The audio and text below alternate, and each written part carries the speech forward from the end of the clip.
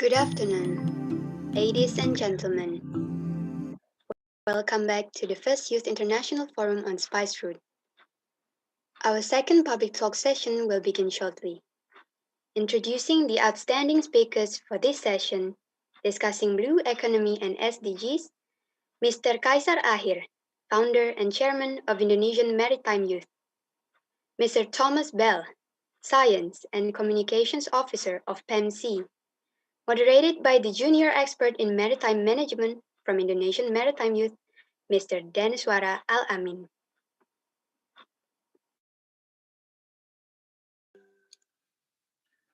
Good afternoon, everyone. Welcome to the first Youth International Forum on Spice Route. Today, I would like to introduce you our two speakers. Our first speaker is Kaisar Akhir, SIK, MSc, the founder and the chairman of Indonesian Maritime Youth, Maritim Muda Nusantara, and Mr. Thomas Bell, Science and Communication Officer of PEMC. A little about our today's discussions. Youth-IFSR activities are the first IFSR activities specifically aimed at youth. This activity aims to realizing the Spice Route cultural diplomacy missions in 2021.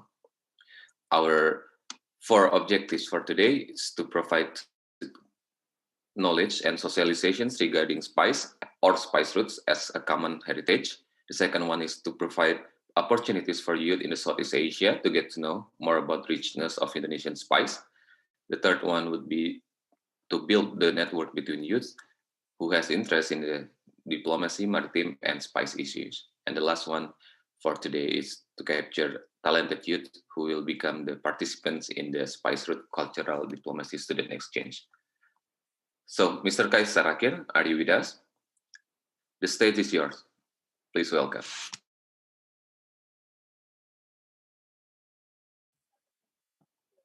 Okay, thank you very much for the opportunity. I apologize for the camera of my laptop. Let me share the screen of a presentation.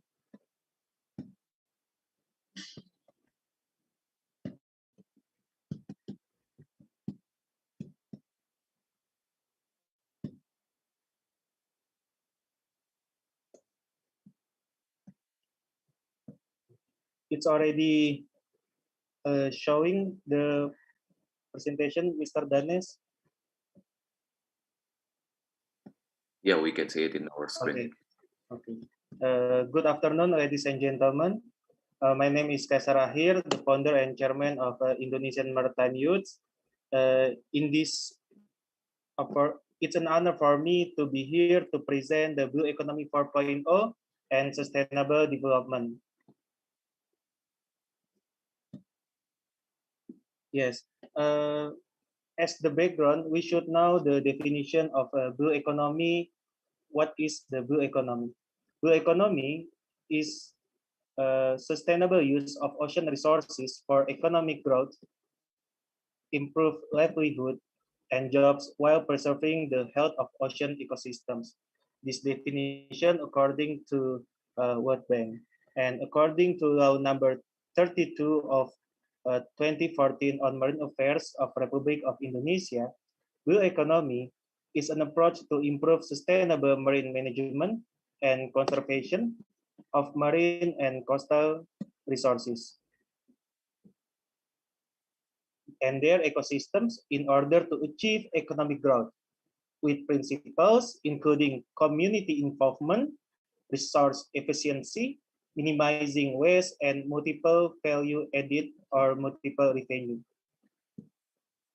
And blue economy consists of many principles like inclusivity and using the renewable energy based on sustainable fisheries, taxation against illegal fishing, and tackles marine litter and ocean pollution, protects coastal communities from the impacts of climate change, creates jobs, reduces poverty, and ends hunger, conserves marine life and oceans, uses smart shipping to lessen the impacts on the environment. And as we know, blue economy is already the global commitment in many forums, in many organizations internationally. Blue economy has already been the common commitment and also the main issue nowadays. For example, in Indian Ocean Marine Association, there is a Jakarta Declaration on Blue Economy. This declaration is the document between the members of IORA to develop to commit in developing blue economy in each countries. And in ASEAN also there are many workshops on blue economy. For example, on the third ASEAN India workshop. On the ASEAN Outlook on the Indo-Pacific document also, there is a commitment to develop blue economy as one of the maritime corporations. At ICE Forum or Archipelagic and Island States Forum, there is also a Blue Economy Development Index as a conceptual framework to guide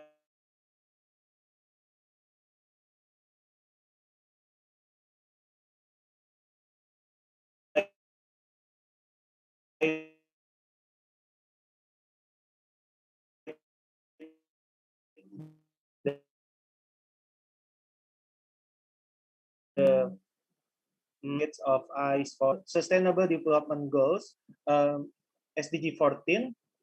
The SDG 14 also, the targets of this SDG 14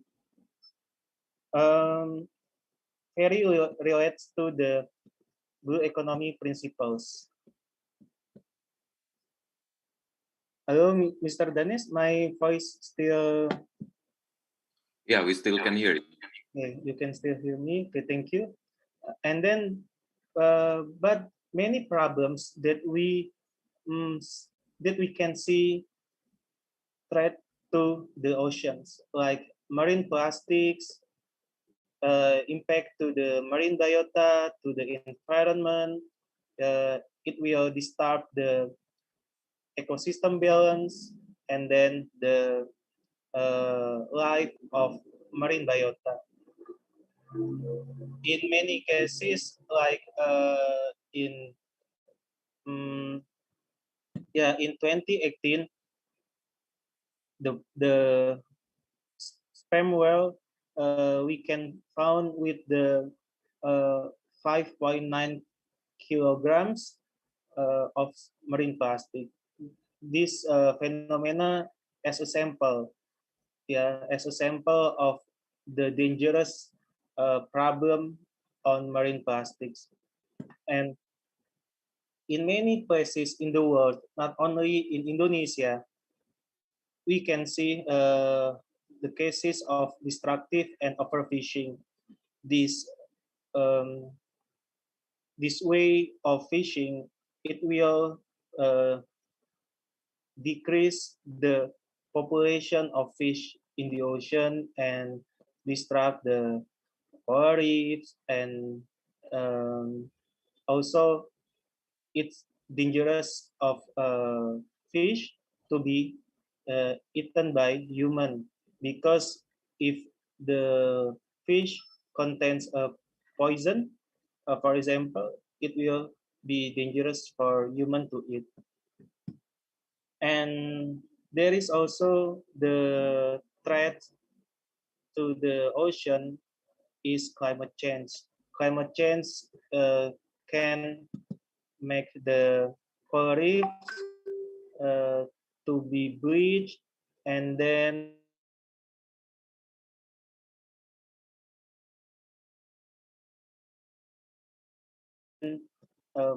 the solve climate change, we should anticipate with the adaptation and mitigation efforts. Now we talk about Industry 4.0.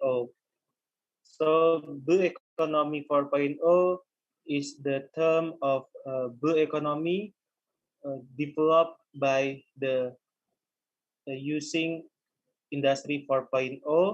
So the sustainable ocean resources can be achieved by uh, technology and more be efficient and effective. Industry 4.0, we can see the indicators like intelligent production incorporated with IoT, cloud technology, and big data. And in Indonesia, in document of making Indonesia 4.0, Indonesia has a vision to be the top 10 global economy. And if we talk about Industry 4.0, there are many technologies involved in this industrial revolution. First one, artificial intelligence as a logical layer, and IoT as the connectivity layer, and as the application layer, there are wearables, advanced robotics, and 3D printing. These technologies can be used to develop 5 subsectors. The priority sector subsectors in Indonesia, for example, food and beverage, textile and apparel, automotive, electronics, and chemical. In subsector food and beverage, the implementation or application of Blue Economy 4.0 in food and beverage, for example, automatic feeding. This instrument can feed the fish on the cage automatically. Another example, oxygen producer 2 times, developed by nanobubble, and another one like automated system for continuous microalgae cultivation in photobioreactors. These examples of application of Blue Economy 4.0 in subsector of food and beverage.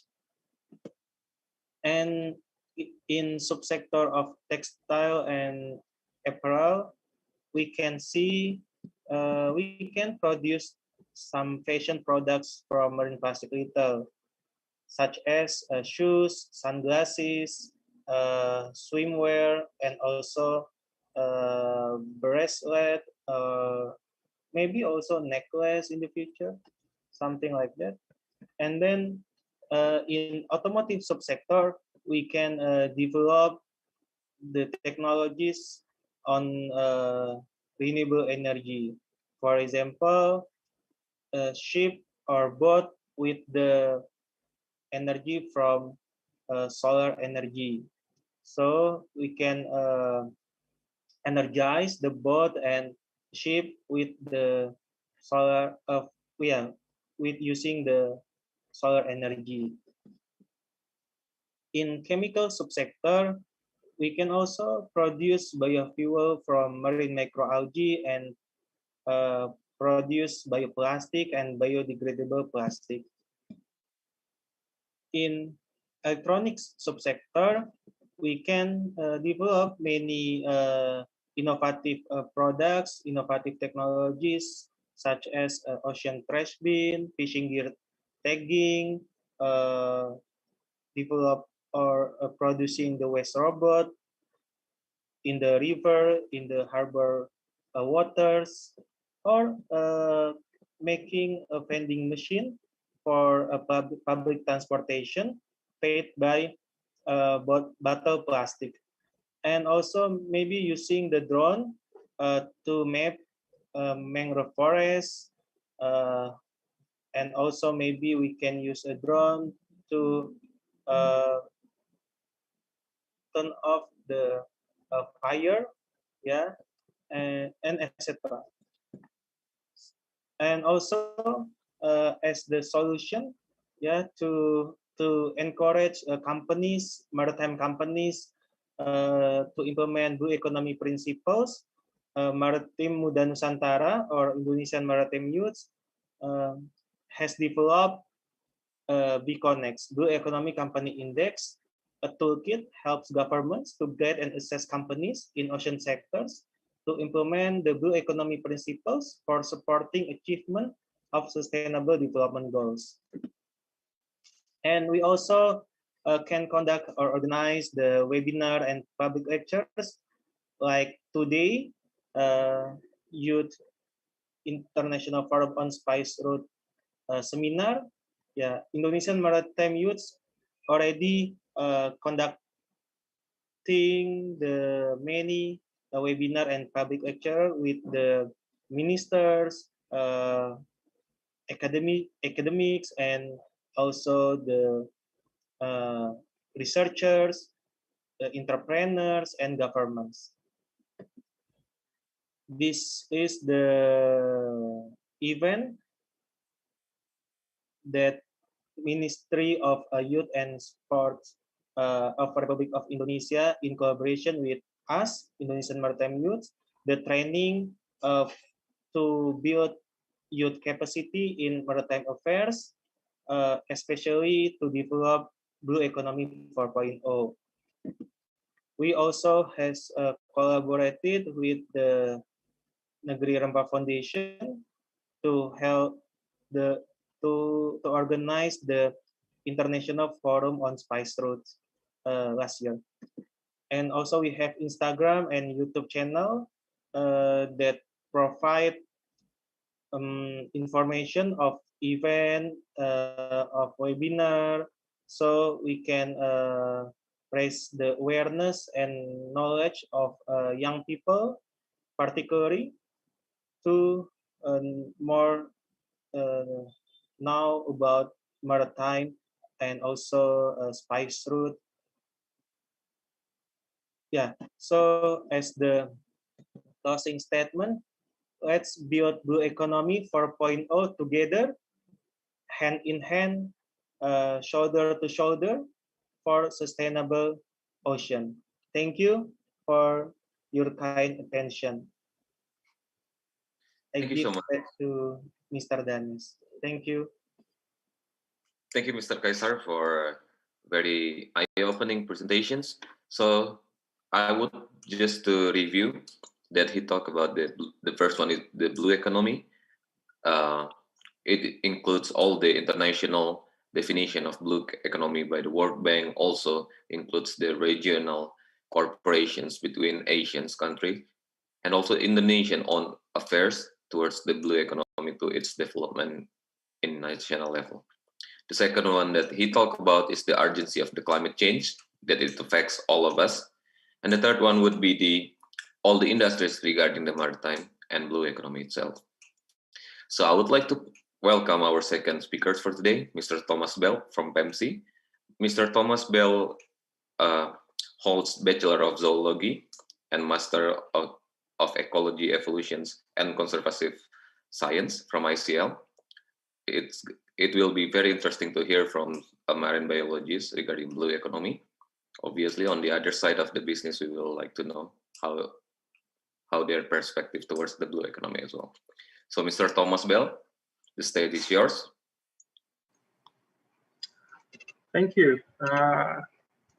I'm glad to follow on from Kaiser's presentation, introducing. So I'm going to be talking about a bit more about the blue economy, following on from Kaiser, and then go into the Sustainable Development Goals and the interrelation between the two, and then give a few examples of the work of PEMC and introduce PEMC, because PEMC has been an organization that has been working within the blue economy space for over a decade now. And I think there's some useful lessons and examples on how interconnected the blue economy is with our daily lives. So Kaiser gave one definition of the blue economy. That's quite a good one. The World Bank has noted its agreement. There's a few different definitions that have come around. This is actually quite a new concept. The idea of a blue economy is not, it's only been around for maybe 5-10 years, and it's sort of gaining currency now. But within PEMSI, we think the key elements of the blue economy approach are that it protects, restores, and sustains healthy coastal marine ecosystem services, that it generates economic growth that is not only sustainable, but equitable. It integrates approaches between industries and governments, so there's no single focus, instead it's a holistic picture, and it innovates informed by science. Obviously it's a new concept and it's still under development, so obviously any approach using it is going to be continuing to grow and build on its own experience as well as others. There's a lot of sectors that could be related to the blue economy, but the key 10 which PEMSI focuses on are listed on the slide. There's obvious ones we probably all know, like ecotourism, fisheries, hazard prevention, disaster risk reduction, pollution, but there's also others like energy, enterprise, water supply, and land use management, which are important factors in managing how the oceans and coasts are developed economically going forward. Now, focusing on ecosystem services, as mentioned, I come from a marine biology background, but so this is interesting because a lot of people, they don't understand ecosystem services. It's often overlooked. So you get things as basic as oxygen, right? Oxygen is created by trees, forests, also by some parts of the ocean, some of the plants within it. And it's not something you pay for, it's something that's produced, but it's obviously something with value, you know? It's a very basic example. It's something with a lot of value. Water as well is often produced through ecosystem processes. And that's more tangible because we all know examples where water is produced. For example, it comes down in rainfall into the mountains and forms rivers. And that is useful to communities. But also we know that's a better example of how the ecosystem services can be damaged, because if your river gets too polluted, you can no longer get clean water, you can no longer derive fisheries or use it for all the different purposes the river is used for. And that's an example that is easily related to an ecosystem service that was destroyed by development. The problem is it's hard to calculate a figure. So how much is a clean river worth? You know, this is difficult because the benefits are distributed and diffuse. So everyone benefits from a clean river because, you know, you might get water from it, you might use it for recreation purposes, but that's, you know, to each individual person, they might not cost that much, but over the community, it adds up.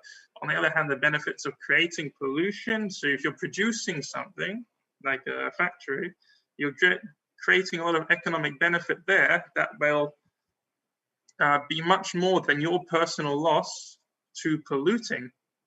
However, the loss to polluting is spread across everyone. So it's really hard to deal with that. That's a sort of tragedy of the commons issues which comes into ecosystem services. However, some people have tried. The first initial paper came out in 1997, but I've given a figure here. It's they estimate it was worth $46 trillion as of 2007 value. This was recalculated in 2011 by Constanza et al. They found it was worth 125 trillion per year. They also found that land use change, for example, you change something so the river is polluted, costs perhaps $4.3 to $20 trillion per year. So that's the amount of damage that is being done collectively across the whole world to existing and potential ecosystem services. Regarding the oceans themselves, the World Wildlife Fund estimates that they produce 2.5 trillion annually at the moment, and that's only set to grow. So what are the ecosystem services that the seas and the oceans provide? They include, fisheries. They include disaster protection, so coral reefs prevent storm surges from being damaging. They sequester carbon, so helping reduce global warming. You can generate energy from wind and waves as well as from offshore resource deposits, and they stabilize the shoreline. They provide potential further goods such as pharmaceutical products, and of course the oceans carry trade, which is the point of this conference. Is they've been carrying trade for centuries. They've been providing this service, and now the trade comes with tourism. These traveling routes are being built up, so now they connect the world not only economically, but they connect the world culturally. And as the people are able to use these routes to move. The blue economy benefits, of course, are wider than ecosystem services. So those are just the most overlooked part. Blue economy in general is it's a holistic picture, as mentioned, with a lot of key sectors. And in summary, they think 60% of global GDP is thought to come from regions either on the coast or maybe just 100 kilometers from the coast. So most of the world is built around the oceans. 90% of trade is maritime, and I'm sure many of you who followed the Suez Canal crisis, it's huge. The impact of trade through the oceans is huge. The trade routes that are still going today. Oil and gas has moved offshore now, as many of the land sources are drying up. Fisheries and aquaculture, this is a growing area, along with ecotourism also growing. They produce millions of dollars, and that's also going to grow. And here in Indonesia and Southeast Asia, that's a global hotspot. We have the population in this region is huge. The coastal population is just almost as large. And of course, fish, aquaculture, they're traditionally part of the cultures of the region. And today they remain such a crucial sector for everyone, basically. So it's important that we balance development and conservation. So the ecosystem services are useful. So of course is ecotourism and fisheries.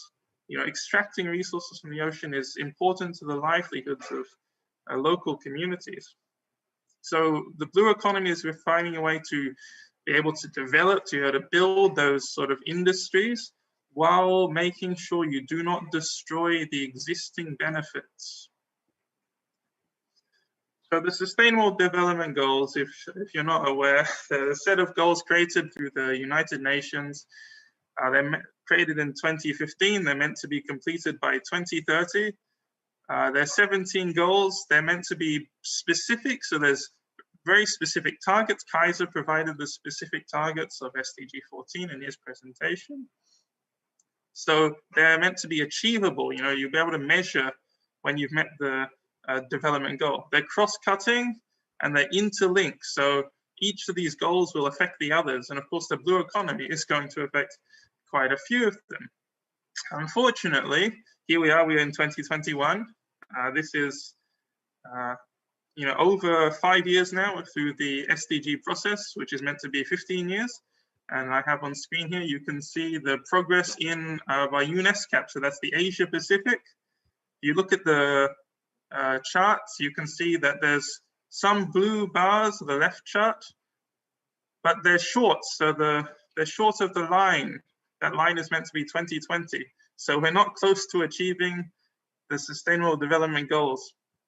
And if you look, there's 2 red bars, and those are climate change and life below water. So they're the sectors that are perhaps most closely related to the blue economy. And they're not doing well. So developing the blue economy is a necessary part of meeting these sustainable development goals, which have actually gotten worse since 2015. So what was the original relationship between the blue economy and the SDGs? It comes from the idea of a green economy, which is perhaps a more familiar term because the green economy came out first. You know, the green, everyone knows green means, green means eco-friendly, means recycling. So the UN Environment Programme created the idea of a green economy over, a decade, 15 years ago. And they define it as an economy that improves human well-being, it builds social equity, and it reduces environmental risks and scarcity. And they linked it to these 5 SDGs. They linked it to no poverty. So the economy is meant to improve development. They rate to Sg8, decent work and economic growth. I think that's obvious, along with industry, innovation, and infrastructure. To develop green, we need new ideas and new thoughts, and to develop new systems. So that comes in. Sustainable cities and communities, again, it's about making sure that the work done today does not damage the future. And lastly, sustainable consumption and production, the idea that what you produce and what you use is not wasteful and damaging. So that's basically the idea of recycling and the circular economy, which is coming about very strong recently, is based on that SDG. Now moving on to a blue economy, we have additional considerations. So I've listed 3 here. Affordable and clean energy. This is because the role that the oceans are going to play not only in wind power and wave power, but also actually oil and gas. So the old fossil fuels, a lot of them now come from the ocean. So it's you need to consider how the blue economy impacts the ability for energy to reach those who need them. And of course, climate change, climate action, that's a big one. It's going to affect the oceans, coastal areas more than most, because they're the areas exposed to increased extreme weather, exposed to sea level rise. They're the areas where the ecosystems that provide fish to eat and provide tourism benefits for the countries and communities are going to be greatly harmed. And of course, Sg14 Life below water, which Kaiser mentioned, that again also relates to those ideas of ecosystem services. And it is the SDG which is in the most trouble. It is the SDG that has gone the furthest backwards from 2015 baseline. It's also the SDG that we know the least about. So there's a lack of information. I'll mention that a bit more later with biofouling, but there's a lack of information about life below water. So, if you cannot measure, we cannot know if we're meeting the goal. So going to PEMT. So PEMT is a regional organization. It brings together country partners from throughout East Asia and non-country partners, and it's meant to develop integrated solutions. And one of the integrated avenues we've been going down is the idea of a blue economy, the idea of a holistic balance of development and of conservation. So trying to create more without harming the existing value. And that requires cooperation. One good example is the network of local governments I'd like to bring up here, because there's quite a few in this network. And these networks, this is replicating in some ways, the idea of the old spice networks, because that was trading through cities. So, you move products, you move people, you move ideas, they move from city to city along the spice networks. Of course, now we have faster ways to communicate, but the idea is the same. You have your network of cities, of regions, and they can help inspire and train and work together to achieve far more than they could individually. So that idea of creating a whole which is greater than the sum of the parts, that's developed through these sorts of networks that facilitate links, the facilitating of links, which is crucial to these whole project that we're here for today. We're building links, as mentioned. So PEMSI works with integrated coastal management, which is just an idea. It's an iterative building. As I mentioned before, one of the keys we want for the blue economy is that it's innovative. And we have this cycle, not just for the blue economy, but for all of our projects. So we work through, once we prepare and we develop the project, and once it's implemented, we look at the results. You know, we need to make sure things are measured so we can see the impact they're having. And then it can be adjusted and you build on that. And this can be vertical, so you can build up a single project, or it can be horizontal, where a project built in one area can be refined and then started in a different area, a different region. So this is an example that PEMSI is working on now in ASEAN. It's a marine litter issue, and marine litter is related to the topics of water pollution, as I mentioned before. So we have two rivers here, the Citarum in Indonesia and the Imus in the Philippines, which used to be historically very important sources of water, recreation, of fish for local communities, but they're both now very heavily polluted. And so we're looking at how we can reduce the pollution. Now, a big part of that pollution is plastic pollution. Kaiser specifically mentioned the issues plastic has, but also plastic is very useful. You know, we've all used plastic every moment of our days nowadays. So you can't just ban the plastic. So we need to look at how we can reduce the plastic or develop the plastic or waste management in ways that it doesn't end up in the river. So in addition to reduction, there's reuse, recycling. So you need to have a multi-pronged approach. And that's the sort of idea of the blue economy, in that you can develop, so we hopefully be able to use plastic without destroying the existing value in these rivers. Another aspect is expressed through the UTSI project. So here we have a project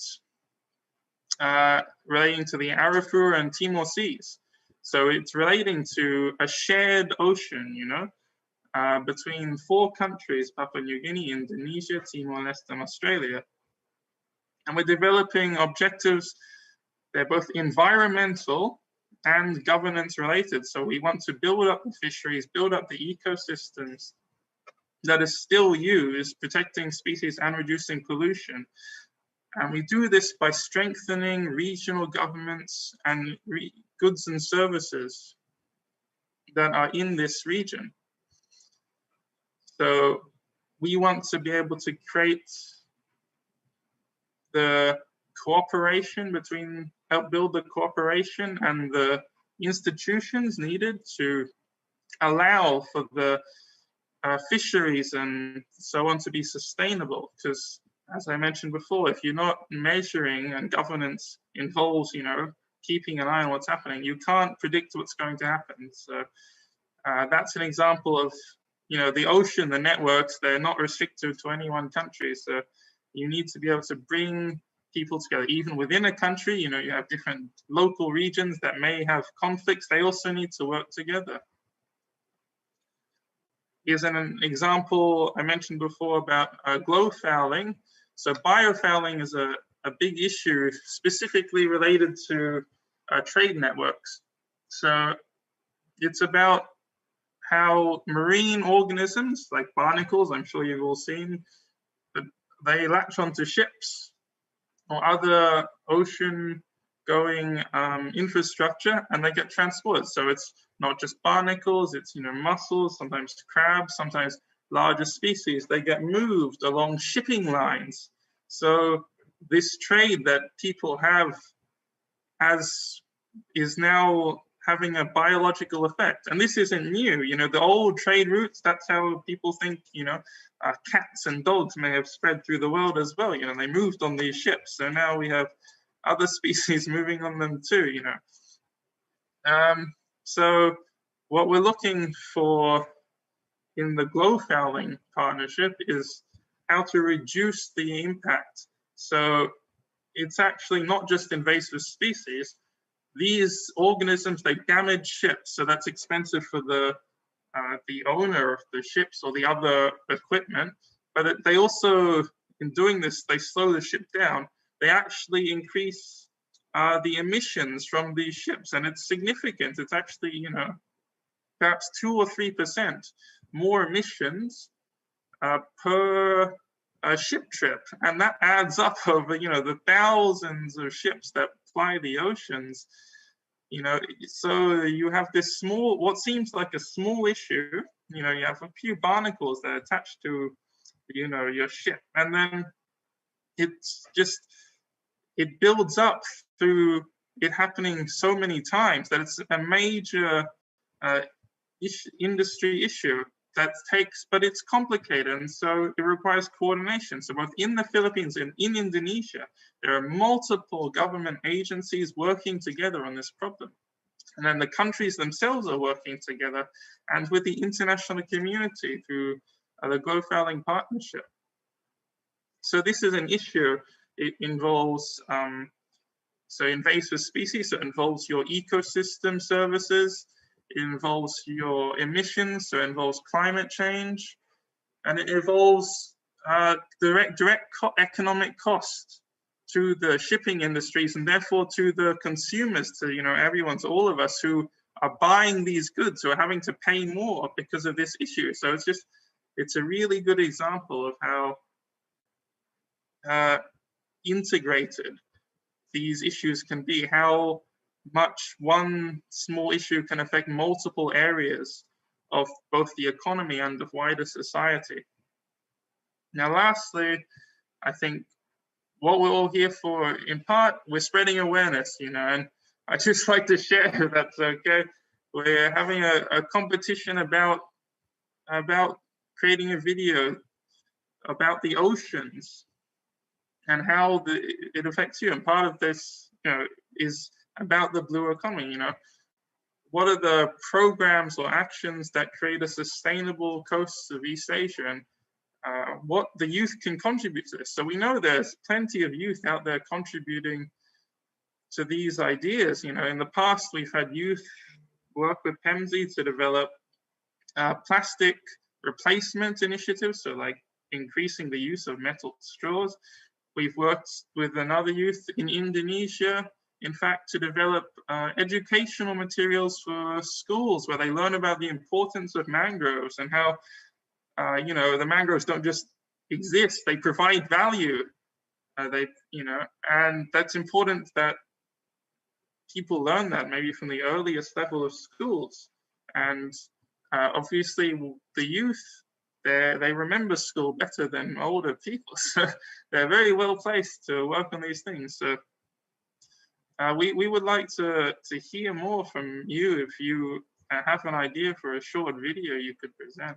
But also the idea of awareness in general outside of this project, it's important. And I think that's why we're here today. So thank you very much for this chance to share the knowledge of the blue economy and the importance of it both historically and today. So it's a new concept, but it applies all the way back to the spice routes that this forum is about. So thank you very much for this opportunity.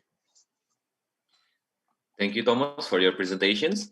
Dear participants, I would like to refresh your memories about what Thomas talked about.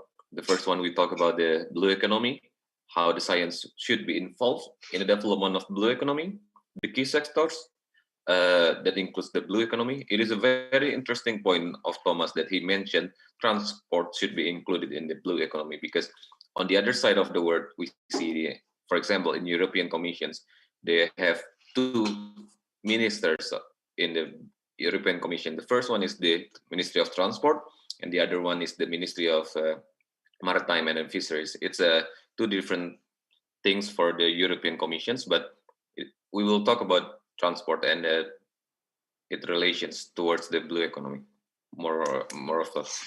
Okay, the third one that he talks about the important regarding blue economy, how the regional ministries should be involved. All the ministries should be involved, including the Ministry of Education. So it's very, very interesting. And the other one is about the geofouling, or we can we are in the shipping business, call it the biofouling. So I would like to agree with Thomas that the biofouling is also a big problem for us.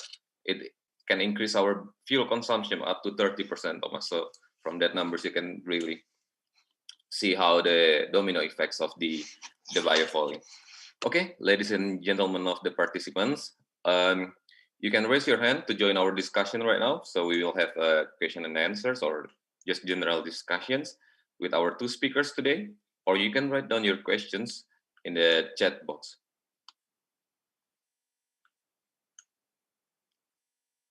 So maybe I will start the discussion part now. So Kaisar and Thomas, maybe we can start with Thomas first. Why PEMC to include the transport sectors in their blue economy, what you call it, the research or the study? Because transport, as we know, is a very, very economically based business, and it's a very unregulated. Especially when you reach more than 200 miles from the shore, no one is watching and no one is empowering all the IMO regulations and other stuff. So maybe we can talk about more of the transport sectors in the blue economy.